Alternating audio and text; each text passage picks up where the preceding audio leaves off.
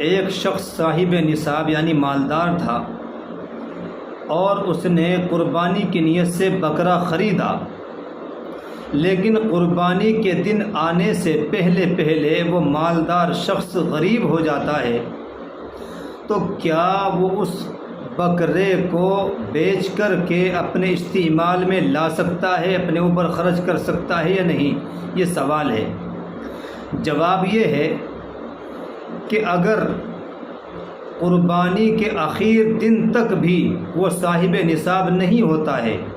یعنی قربانی کے تینوں دن گزر جاتے ہیں اور وہ صاحب نصاب نہیں ہوتا ہے، مالدار نہیں بنتا ہے، اس کے پاس مال نہیں آتا ہے کہیں سے، تو پھر وہ اس بکرے کو بیچ کر کے اپنے استعمال میں اس کو لا سکتا ہے۔ لیکن اگر قربانی کے آخر دن تک بھی سورج غروب ہونے سے پہلے وہ مالدار ہو گیا، تو پھر اس کے اوپر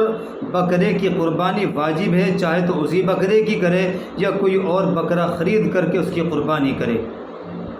اسی طریقے سے ایک شخص غریب تھا جس کے اوپر قربانی واجب نہیں تھی، لیکن اس نے اپنی خوشی سے قربانی کر دی۔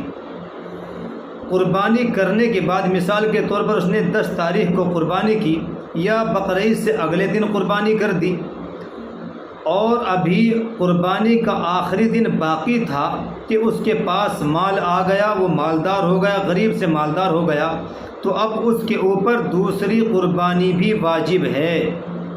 سمجھ میں آئی بات؟ اسی طریقے سے ایک آدمی اگر صاحب نصاب ہے، مالدار ہے، اور اس نے قربانی کا جانور خریدا، لیکن قربانی کے دن آنے سے پہلے یا تو وہ غریب ہو گیا یا پھر مر گیا، تو اس کے اوپر سے قربانی ساقط ہو جاتی ہے، قربانی اس کے اوپر واجب نہیں رہتی ہے۔ یہ مسئلہ ہے غریب اور امیر کا۔ اسی طریقے سے ایک بہت ہی امپورٹنٹ مسئلہ، بہت ہی زیادہ جو ہے اہم مسئلہ ہے، اس کو بھی آپ حضرات غور سے سنیں، جو ایک اصول کلی ہے امیر اور غریب کے درمیان قربانی کرنے کا ایک اصول ہے، وہ آپ حضرات کی خدمت میں پیش کر رہا ہوں، اس کو سمجھیں۔ دیکھیے اصول کلی یہ ہے کہ اگر کسی نے قربانی کے لیے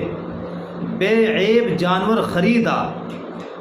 قربانی کے لیے بے عیب جانور خریدا جس کے اندر کوئی عیب نہیں تھا،